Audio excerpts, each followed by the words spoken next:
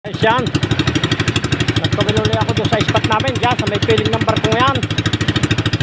Yan. Kami uwi na. Mainit na. Yan. Naroon pa yung ibang kasama namin. Uwi muna. Mainit. Tayo na may nakadilisya rin kahit pa paano.